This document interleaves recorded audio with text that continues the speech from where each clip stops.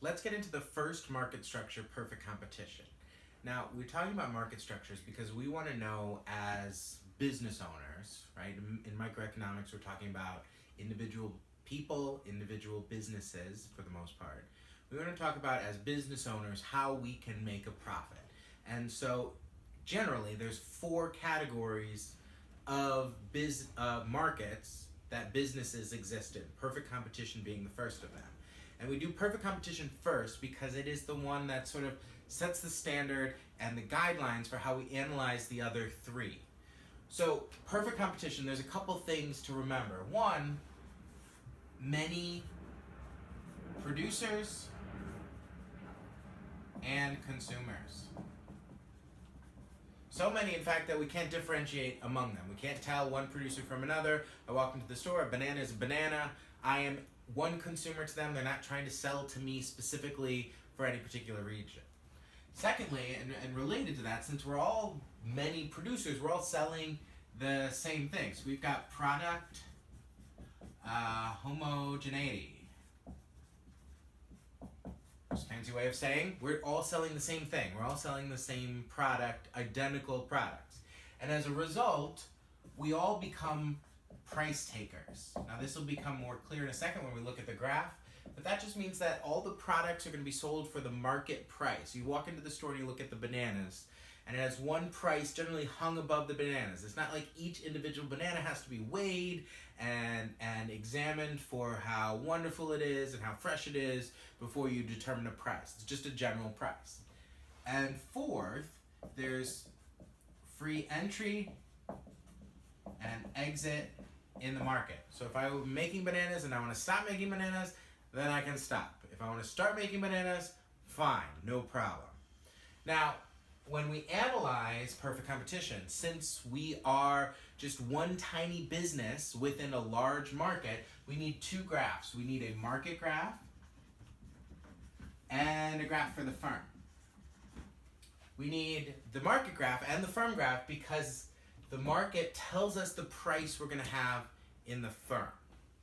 So in the market, just like any time you have a market, it's going to be what? Basic supply and demand. So we're going to get a downward sloping demand curve and an upward sloping supply curve. And that will give us market equilibrium. So price equilibrium and quantity equilibrium. Because we're price takers, we take that price, we drag it over to the firm, and that gives us a bunch of stuff. It gives us marginal revenue, demand, average revenue, and price. Most important for our analysis is it gives us the price, showing that we're price takers, and it tells us where the marginal revenue is, or the revenue we get from selling one more of the product. And since we're selling the product always for the same amount of money, the marginal revenue is always going to be the same. Now, the next step for a business is figuring out, well, I know what price I'm going to sell it at, what about what quantity? And so that's where we need to look for, and switch colors, this is so important.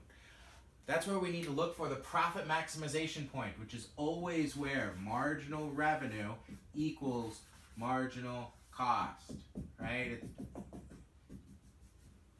That is where profit is always maximized. And if we have a marginal revenue curve, we need a marginal cost curve. Now, marginal cost curves always look generally the same if we don't have any numbers. They are sort of check marks. In that, at first, the marginal cost, or the cost of producing one more, goes down due to specialization, right? We get the best resources first, and that brings our marginal costs down. Then marginal costs start going back up due to diminishing marginal returns, right? Much like how we talked about diminishing marginal utility, now we can think about diminishing marginal returns causing the marginal cost curve to start increasing again. Now, that intersection then gives us the quantity of equilibrium over here. I'll call it Q star. So we've got the price, we've got the quantity. As a business owner, what else do you want to know? You probably want to know the profit. Now, profit comes from the formula for profit, which is profit equals total revenue minus total cost. Total revenue is price times quantity. So we've got that. This is the price, this is the quantity. So this box is total revenue. But if we want to figure out total cost, we need a different curve. We can't, and this is a common mistake, we can't get total cost from the marginal cost curve. So I'm going to highlight, this is the green dotted box, is the total revenue box. We can't get total cost from marginal cost. We need to do ATC times the quantity.